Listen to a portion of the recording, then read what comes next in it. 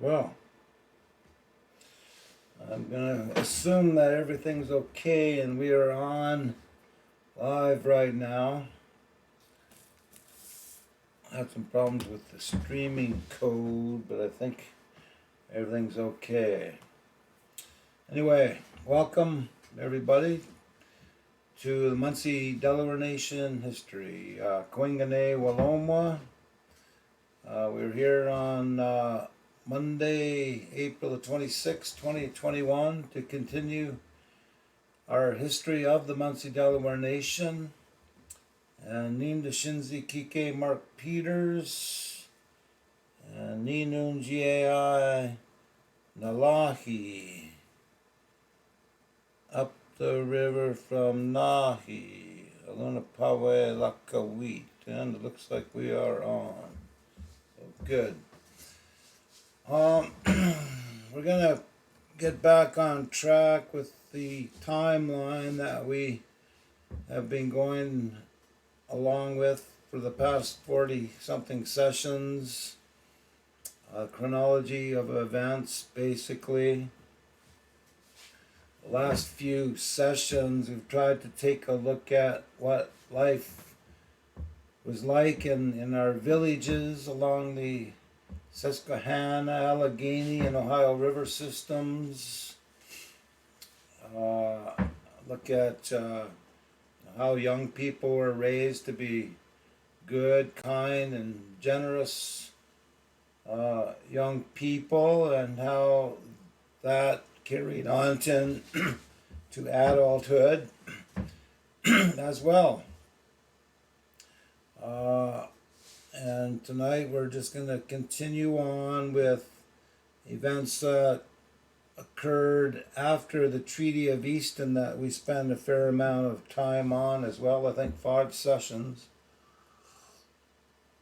And we ended in around October 1758. Although we did continue on a bit after that as well, and I'm going to repeat a little bit of that tonight. But we're just going to continue on with how things went after this Treaty of Easton in 1758. The treaty that you see on the right-hand side with all the red wax seals notifying the names of all the signatories.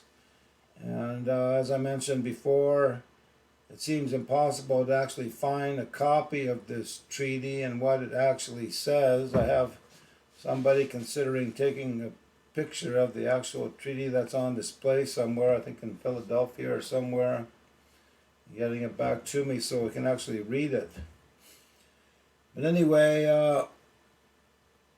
this treaty is the result of a number of meetings set up by T.D. Escon, who we had mentioned previously, and we're going to talk a bit more about tonight, resulting in peace, at least peaceful relations between the Munsee-Delawares and Pennsylvania and other colonial governments during the French Indian War.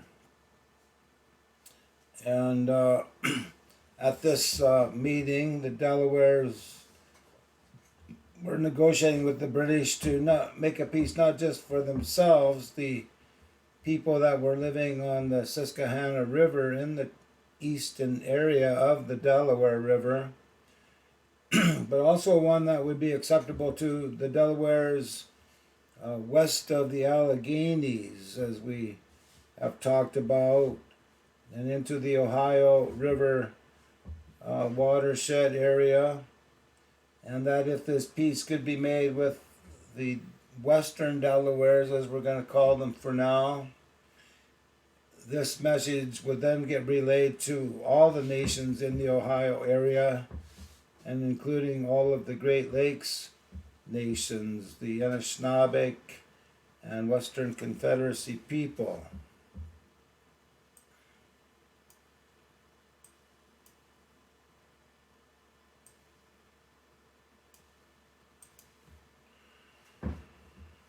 So, at the this is the area that we're talking about. Basically, you can see the Delaware River on the far right, the Susquehanna to the left of that, then the Allegheny and the Ohio River areas. And the treaty took place at Easton on the far right on the Delaware River, as you might see the town of Easton there, while we were actually living up the north branch of the Susquehanna near that town called Tioga. And as well, there were other Munsees and Delawares on the Allegheny River and Ohio River, and mainly in that area called the Koskuskis.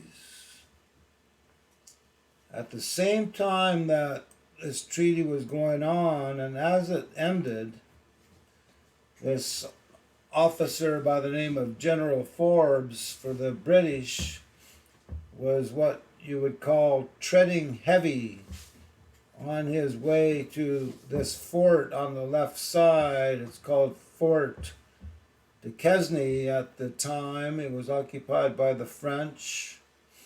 And General Forbes is treading heavy with 8,000 soldiers on his way to kick the French out of that fort.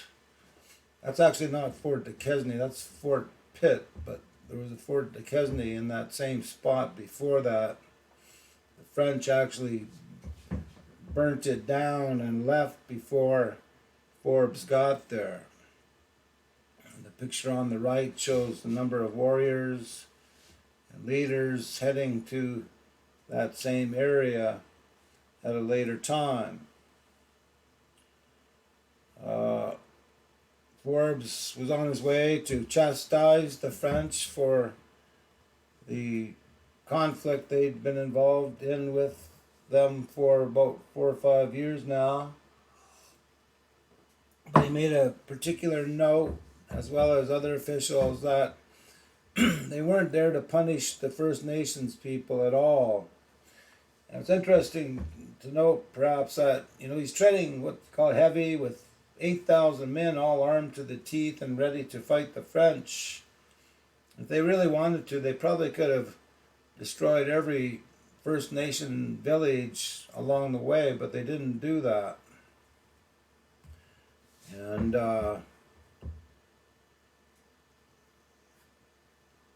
that's just worth noting, that's all. And there's a chief, a leader known as Kiki-Uskung. I've mentioned there's a Tidi-Uskung, we've talked about him, Tidi-Uskung. But there's also a chief known as Kiki-Uskung of the Delawares. And he sort of suggests or says, along with the other chiefs from the area of the Koskuskis here, that the settlements west of the mountains had to be banned from settlement by settlers. So you can see this range of mountains in this map here. And they kind of end at the Allegheny River and Ohio River. And it was the position of the Delawares and other First Nations from this area that settlement would not occur west of those mountains in order to agree on peace. And he mentioned that the Koskuski Delawares would not be driven from the Ohio, and that it was theirs from the source to its mouth.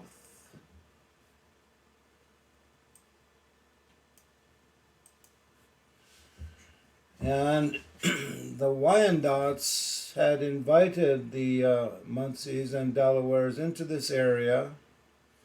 And you can see from this map, I got my dollar store glasses on today.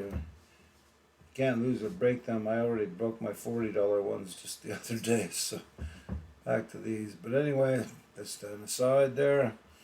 The Hurons in the yellow here invited us into this area of the Koskuskis, and they said they would never sell the land from under our feet, as the Six Nations had done during the walking purchase and other land sales back in the Delaware River, and as we're going to find out, the Susquehanna River area during this time period as well.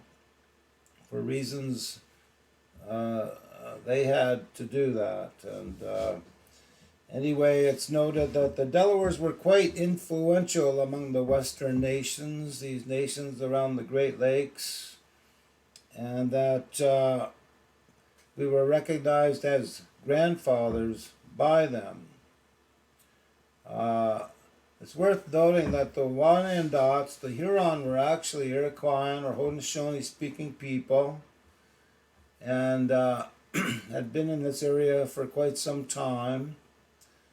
But also it's noted that there's some 300 to 400 Munsee and Delaware warriors from the Kaskaskia to the Susquehanna, and more coming into those areas as time goes on. It's also noted that the Western nations that you can see here in these different colors, the Potawatomi, Miami, Huron, Ojibwe, Mississauga, and Chippewa, were all visiting this area in the Kaskaskias during March of 1759 to meet and talk about peace with the British and abandoning the French, who were still in that area. And like I say, the Western nations were visiting the Kaskaskias to hear the words of their grandfathers, the Delawares. And it's an example of how the Delawares were continuing in their role as peacemakers that we've been talking about for the last 100 years almost, since the 1660s and 70s, where we were accepted the role of peacemakers and really weren't involved in any kind of real wars, declaring war or having war been made upon us until our lands were stolen from us in the walking purchase, and at other times before that, all the way from Manhattan.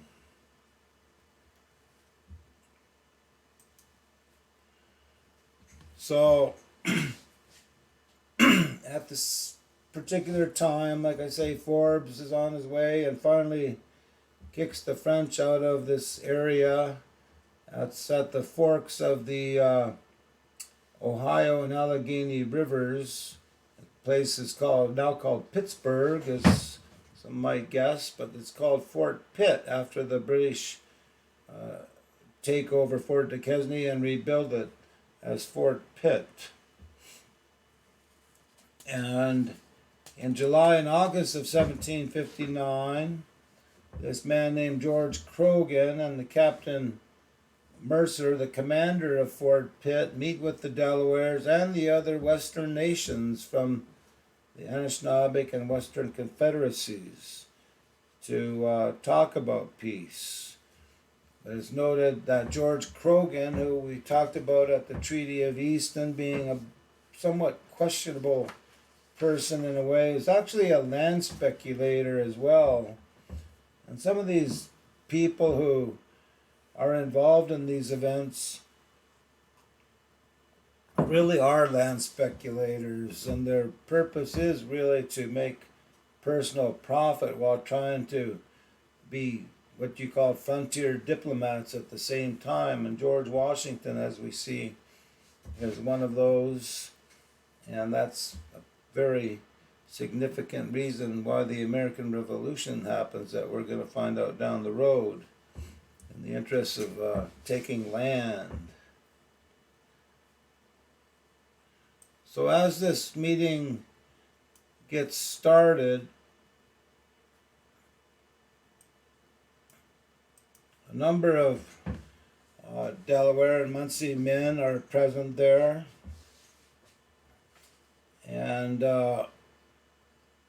it's noted that T.D. Uskung, who we see on the right here, this book called King of the Delawares, T.D. Uskung, was there to help continue his promotion of peace, but he got into a fight with this George Croghan, who I just mentioned, and gave him a black eye. So, as much as he seems to want to be a good guy, this George Croghan seems to have some faults as well. But at this meeting are Tamaqua, and at the lower left is a painting of British officers coming to Tamaqua's village at Logstown to speak to him. And there was also Shingus, who a painting on the far left with the tomahawk in his folded into his arm with the red clothing. That's a painting of Shingus. And Custaloga in the just after Shingus. And Delaware George and Kiki Uskung, who we mentioned, and a Captain Johnny of the Turkey people. Captain White Eyes, who we're going to learn much more about down the road as well, represented the Turtles. And Custaloga and a man named Kilbuck or Galalamond, and Captain Pipe, who we spoke about 2 sessions ago when we discussed his oratory to a British commander, is there, and they all become important in the next 40 years of events that will continue to occur. But Custaloga, Kilbuck, or Galalamond, and Pipe, or Kunishquanohil, are all of the Wolf people, the Munsees and Minnesinks, who this is all about.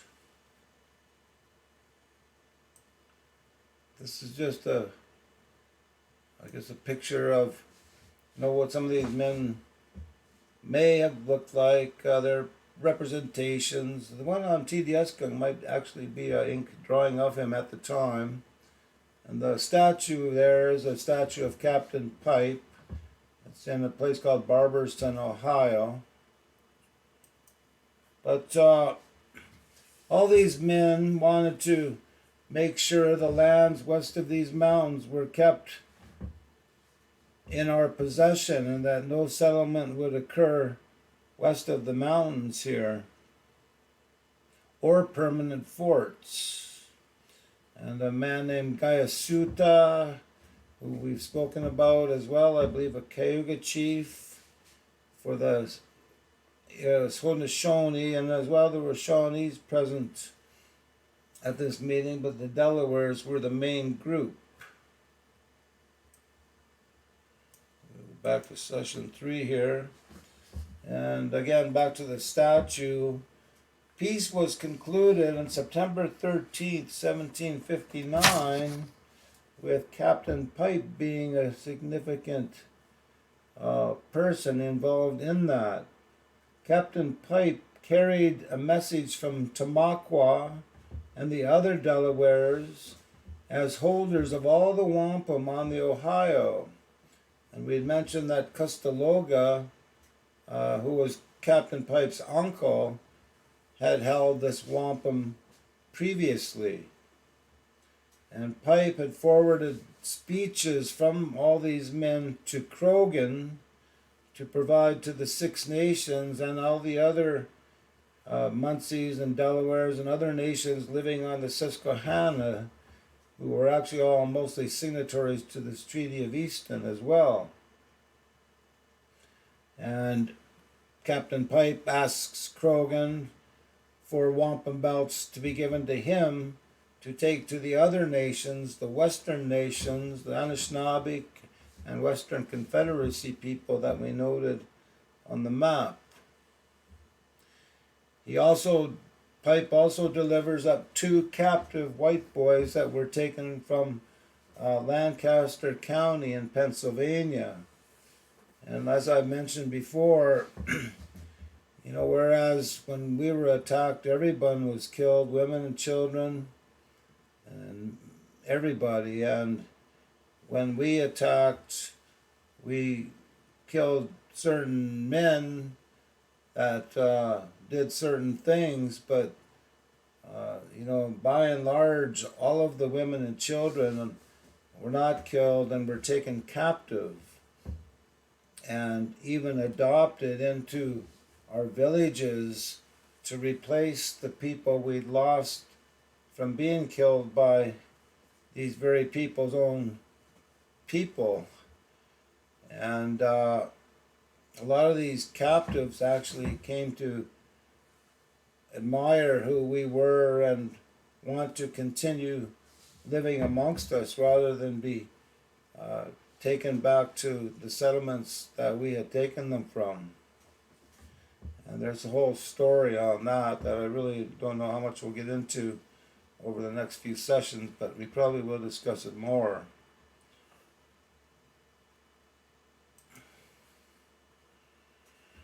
And during this time, Canada falls to the British in September of 1760, and you can see the different battles that occurred to do that. You see at the bottom that was Washington's trip to Fort Necessity, where he was defeated, and then Braddock's attempt to go to Fort Duquesne and beat the French, where he was defeated, and some 800 or 900 of his men were actually killed. And then the third one from the bottom, you see Forbes's journey to Fort Duquesne in 1758 that we just spoke about, where the French burnt the fort and left, and Forbes took it over at that time. But pretty well almost simultaneously, it seems, Prideaux.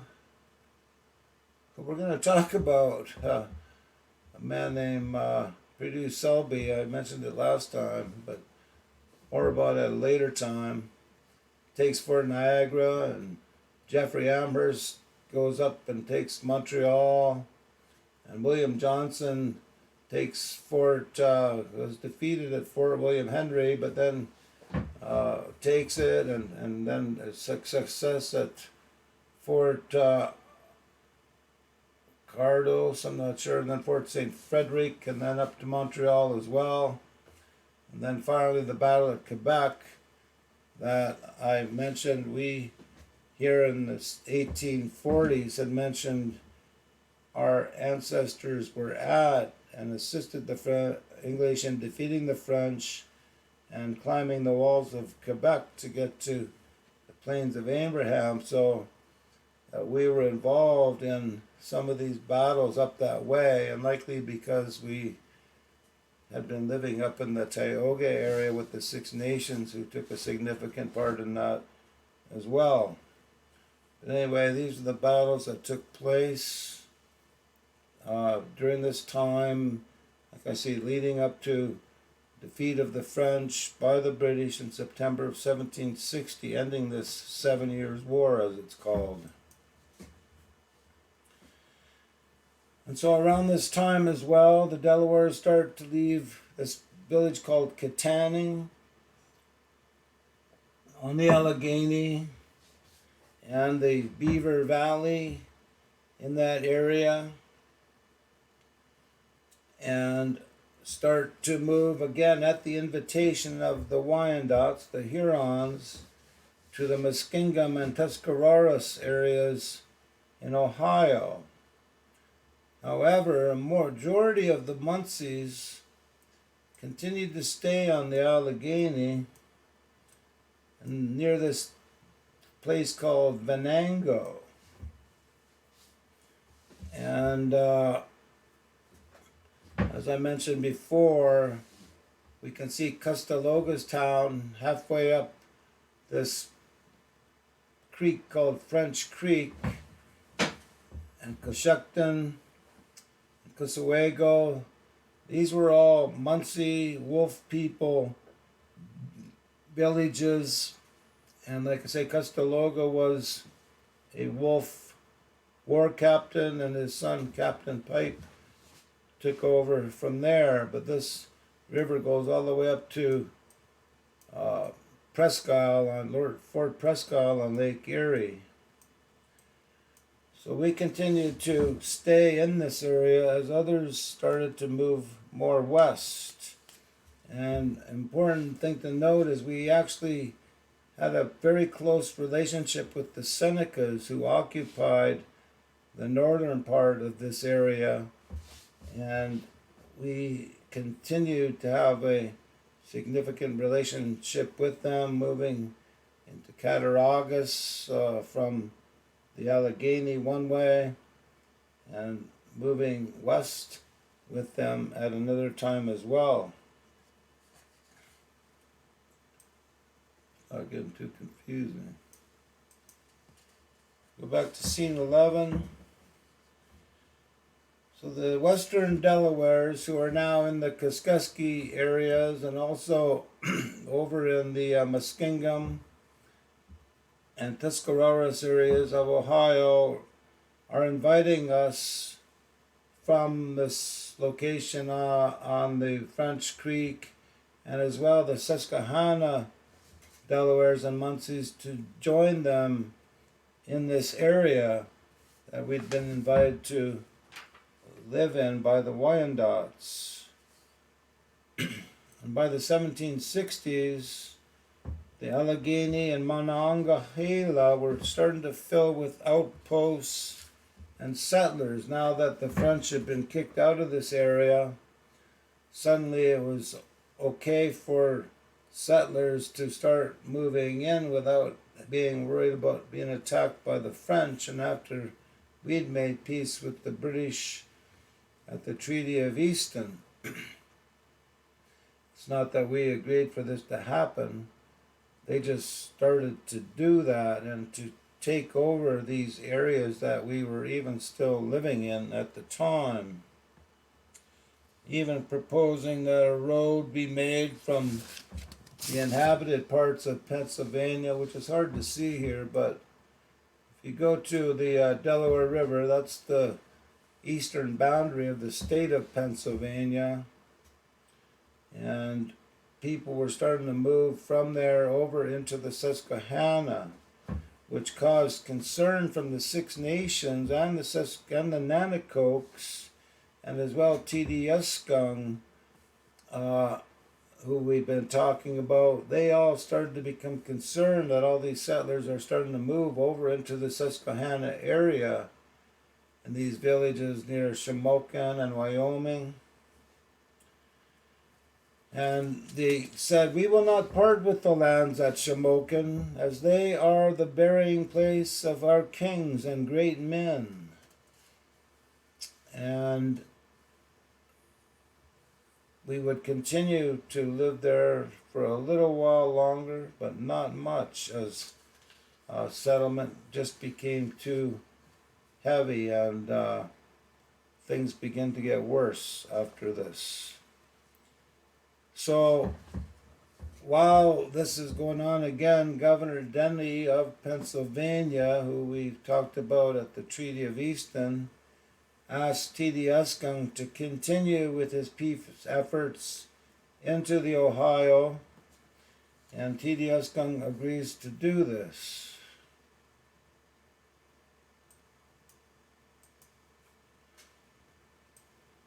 Oops.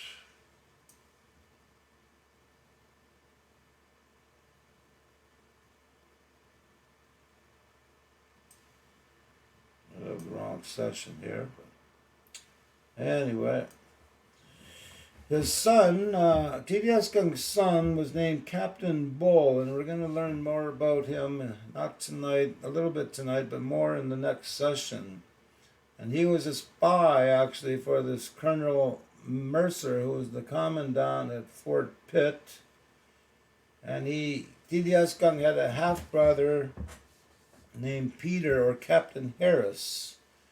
And at the time, Captain Harris was still pro-French in this area called Venango, on the upper Allegheny and French Creek areas. So things weren't quite as peaceful yet as the British had hoped, or the Delawares and Munsees on the Susquehanna had hoped. There were still some bad feelings, on these Munsees and Delawares up the Venango, French Creek area were still somewhat pro-French. After the defeat at Fort Duquesne, Harris begins to make peace with the English. Captain Harris. We're going to learn more about these gentlemen at a later time. But like I say, Governor Denny asked T.D. Uskung to assist in peace talks with the Delawares and Munsees in the Ohio area, as well as the Western Confederacy and Anishinaabe peoples.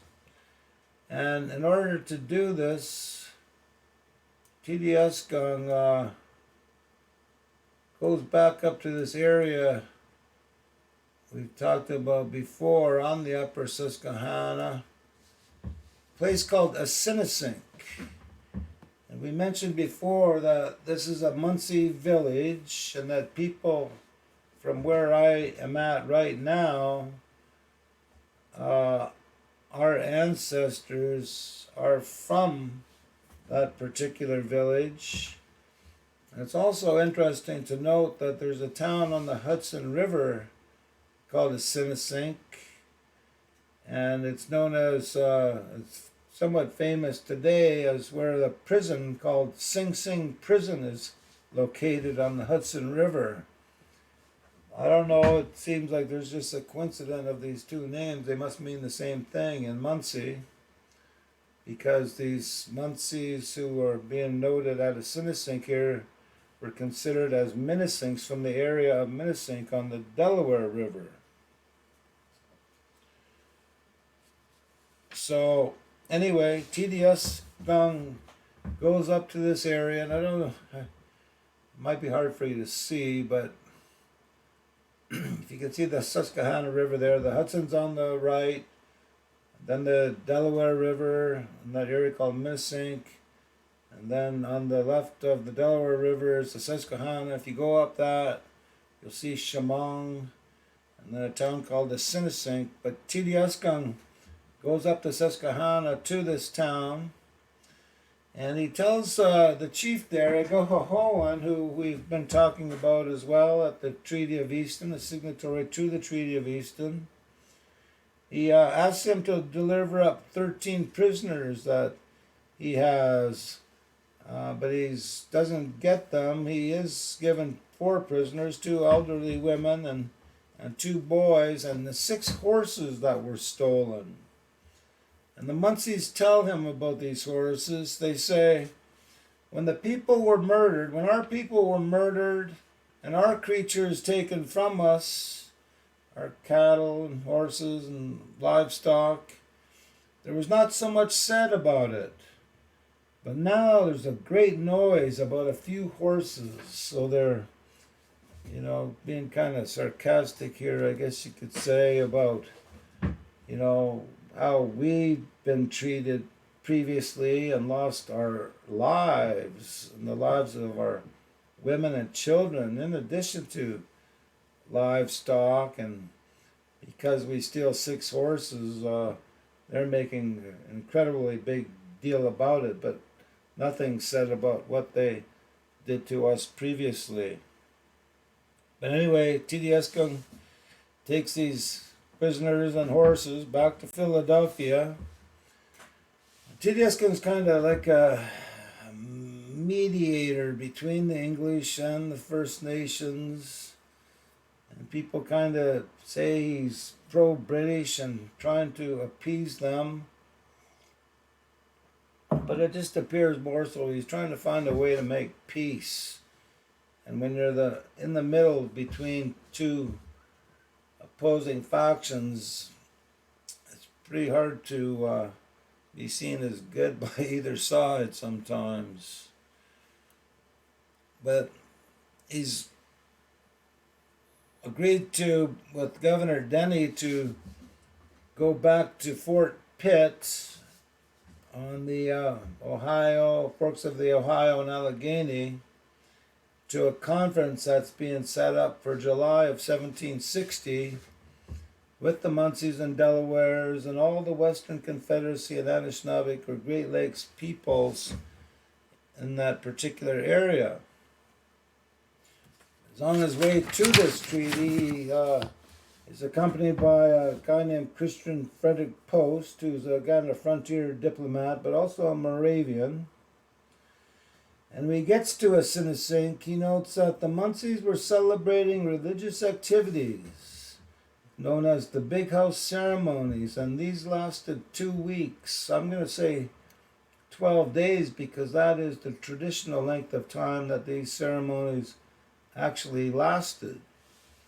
It's interesting that these ceremonies are noted as having occurring in this area of Asinasink, where we're from, during this time period. But when T.D. Eskung gets there with this guy named Christian Frederick Post, he finds out that the Mingos, who are the Seneca and Cayugas, split off from the Six Nations somewhat and joined the French until after this Treaty of Easton. They're quite upset that T.D. Eskung has brought this white man, Christian Frederick Post, up the Susquehanna to this area, Tioga, Chemung, and Asinasink. This was known as the Forbidden Trail, and no white man was allowed to come on that trail at all. There was a strict prohibition from anybody except First Nations people from traveling up this Forbidden Trail.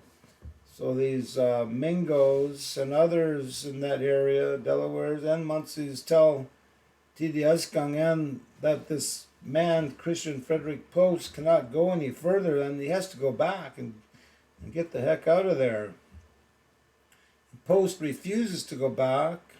He wants to continue on west over to the Allegheny and down to the Ohio to this meeting that's taking place in Fort Pitt. But he was still refused by all of the First Nations people in this area to do that. The Six Nations at Onondaga sent a couple of belts to T.D. Eskung, and they were quite pleased that he was going to the Ohio to make peace with the people there, but they still would not let him take Post with them further down this river system over to the Alleghenies. So Post had no choice but to turn back and go home, and T.D. Eskung went on to this conference that's going to happen in the summer of 1760 by himself.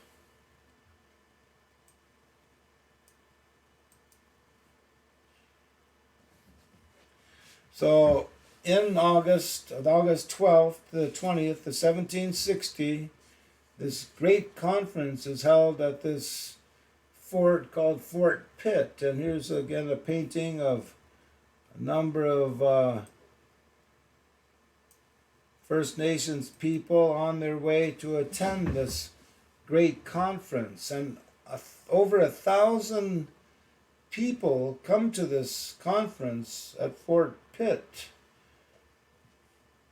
and agreement is reached at that time to abandon the French and at least make peace with the English and not fight them anymore during this time period, based on agreement that the lands west of the Ohio River would remain First Nations lands. And as the French left, trade began to flourish in these areas. There'd been no real trade for many years, and people were suffering pretty badly because of it. We'd become dependent upon having these things available to live and survive, and also because we were moving around so much and getting pushed around here and there by settlers and broken promises and treaties and war, that we had no time to really settle in some of these places and grow crops that could produce surpluses and use other resources to survive and live. And at the same time, as I mentioned, settlers started to come into these areas, outposts get built. It starts to develop into what they call a volatile atmosphere between the First Nations people and these British soldiers and settlers that are coming to the area, resulting in mistrust, fear, and hatred that would continue on for some time. And we're going to be talking about that, not much tonight, but later on. And squatters began taking up these Indian lands now that the French weren't an issue anymore, and they had the support of other settlers and colonials. And around this same time, Britain, now that they've defeated the French, enacts a policy to establish what they call their right of conquest. Although they had defeated the French in conquest, they had not defeated the First Nations, but considered that, given this doctrine of discovery and other certain rights that these somewhat criminal kings and queens had agreed upon in Europe, they decided to just do what they wanted without our consultation.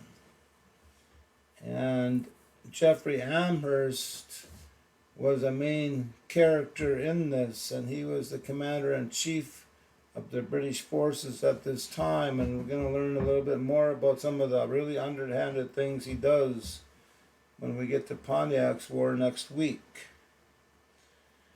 He wanted to save money for the British Crown and stop the giving of gifts, and they called them presents, but they had a total misunderstanding about what that really meant.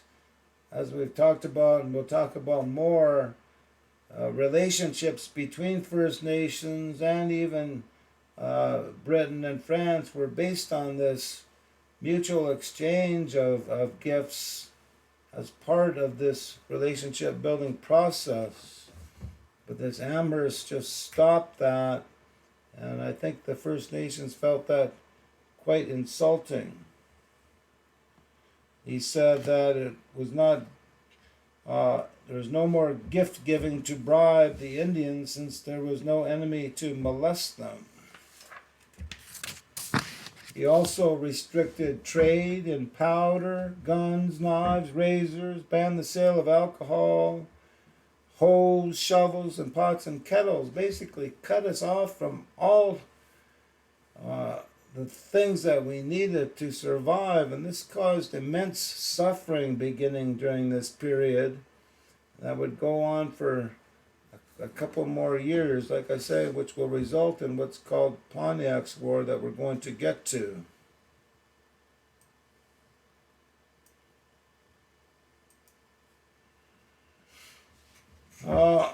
At this same time, in the 1760s, was the period called the Great Awakening that we had mentioned before when we talked about this pacifist prophet Papunhank in the book on the lower right.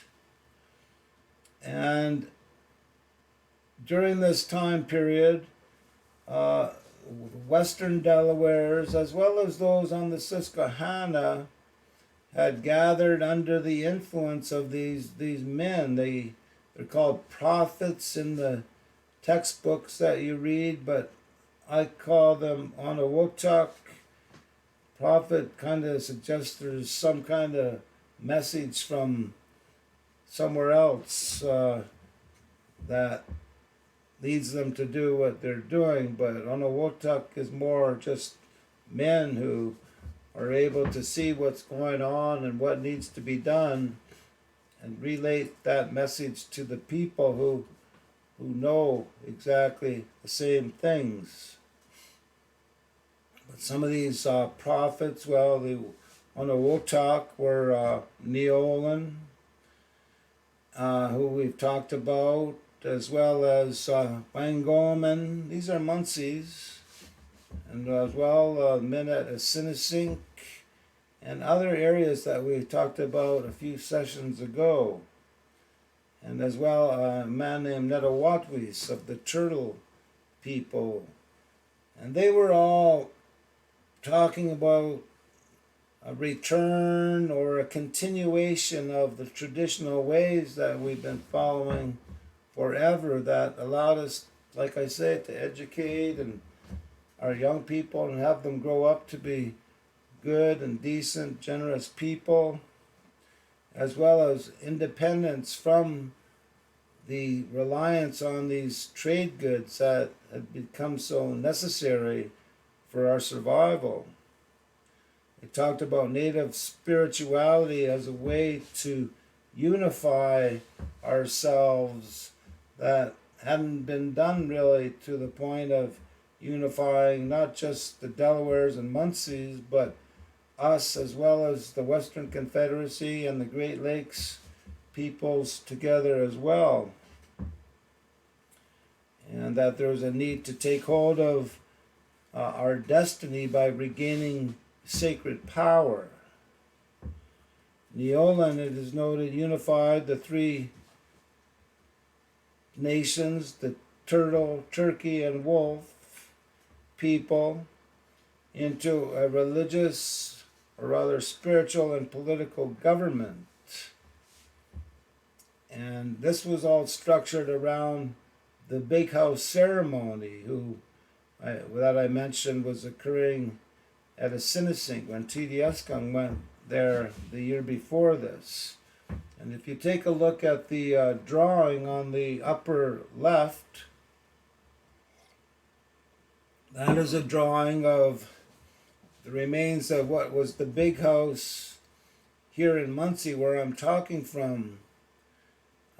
In the year 1846, it was sketched by this man named James Bevan, who came through here and was shown this building and drew this picture. And I also have, and will be, well, I've actually mentioned it previously, some long time ago in these sessions, probably session 5 or 6 or 7, I don't know, describing the Big House Ceremony here in Munsee as was observed by a missionary here in about 1836. So this building represents a continuation of these things that these men were talking about and people were taking part in, even in the 1760s and many, many decades, even maybe centuries before that. Like I say, it was held from European view quite secretly. And it lasted 12 days, as mentioned as well. It's quite interesting that, as I mentioned, this is going on in Asinisink in 1760 and continues here until the 1830s. But at the same time as these men are trying to ensure that our traditions continue and to create an independence from trade goods, it's just really not possible to do that by this time. Kettles, hoes, shovels, pots, these are all important items that are very practical and useful to cook and to plant, and guns and powder and lead are again essential for hunting and survival as well. So it's just not as easily done as it is said.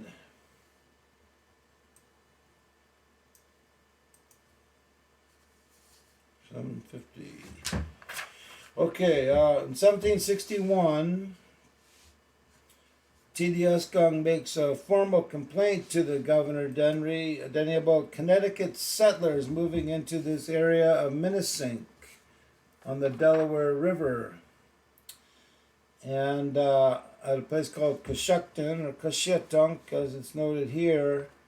And these settlers are starting to move from the Delaware River over into the Susquehanna and the Wyoming area that T.D.S. and his people had been living in for quite some time now, and he had made significant efforts at the Treaty of Easton to get guarantees to this land, but although he was given a certain types of promises, he never got a real guarantee for it.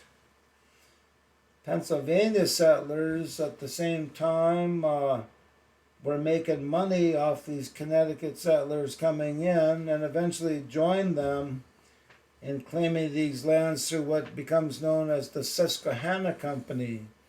And this is just another land speculation company, in addition to the many other land speculation companies that were all trying to get this land, actually fighting each other to get these lands, as well as selling it to settlers before it was even obtained from the First Nations, and having settlers begin to move in large numbers to just simply take it. Six Nations representatives told these settlers that and the Connecticut people that they had to move, but they just simply said, no, we're not going to leave, and that the next year they would be back in the Wyoming area with 4,000 more settlers, and they were ready to simply fight it out, knowing that they had these superior numbers and could simply continue to steal the land rather than obtain it in any kind of fair way at all, and which is a pattern, like I say, that had been going on for quite some time already. Later, when T.D.S. asked the Six Nations for help in securing the land, it was to be found out it had in fact been sold to them by the Six Nations, again for reasons of their own that I'm not going to get into as far as other First Nations reasons for some of the things they had to do.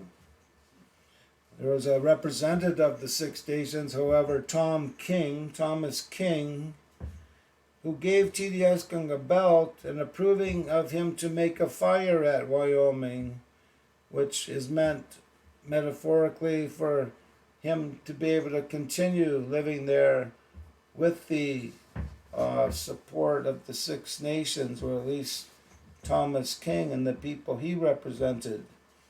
However, in January of 1762, 100 men burst through the woods basically at Wyoming, having cut their way through the bush from the Cushetunk or Coshocton area on the Delaware River, and began to basically take over the area and create settlement there.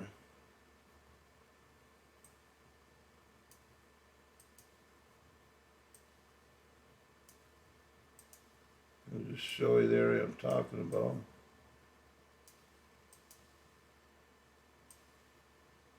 A bit better on this map here, I guess.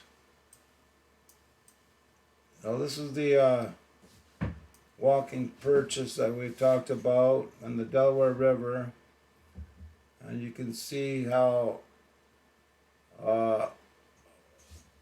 from the Delaware River, just north of the Delaware Water Gap, these settlers had moved over into this area of Wyoming. And at the same time,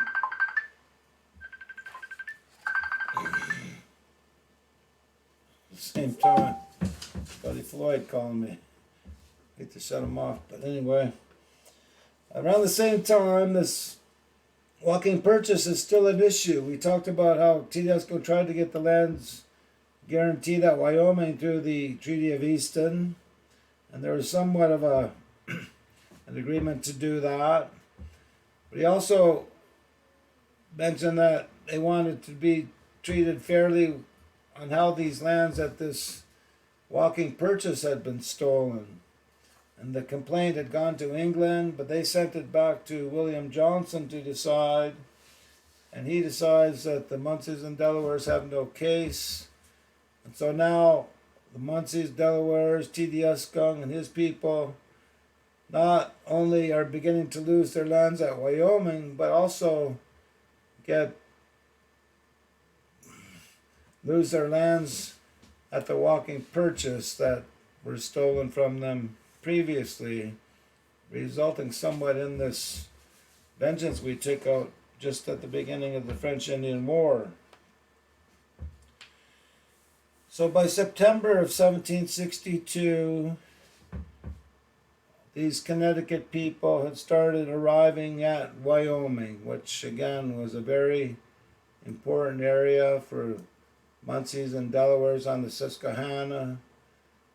But although it hadn't really been properly sold at this time, the Connecticut people and the Susquehanna Company just simply, like I say, sold it to settlers who then felt they had a right to go in and take it. And then on April 19th, 1763, Tedesco here, still living at Wyoming, still trying to hold on to his land there with his people. He was burnt to death in his cabin one night by these Connecticut settlers who wanted to steal his and his people's lands.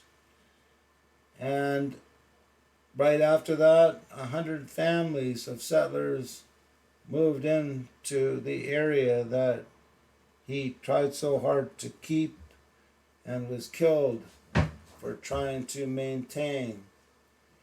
And that's going to be it for tonight. We're going to get into what happens after this, the revenge that his son, Captain Bull, takes out after his father is killed, and the beginning and going through the entire episode known as Pontiac's War, which begins to occur at the same time as well. So as much as we tried and wanted to make peace, the colonial governments could not and would not control their people, their settlers, these land speculation companies from continuing to steal our lands, to murder our people for it. And it's not just Tedesco who was killed, there are many others in this process of stealing our lands during this time period that are killed as well.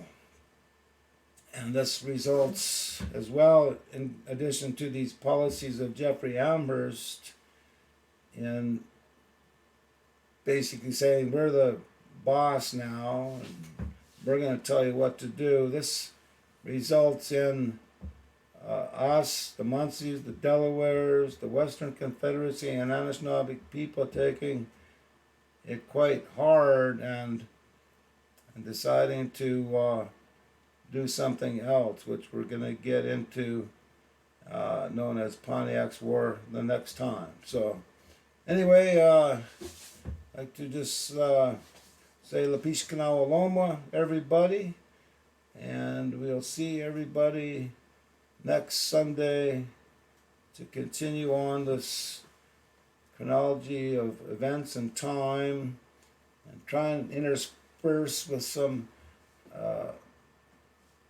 ideas of what life was like in these villages and with these people as we move along through it. Anyway, good night, and Anishik. We'll see you then.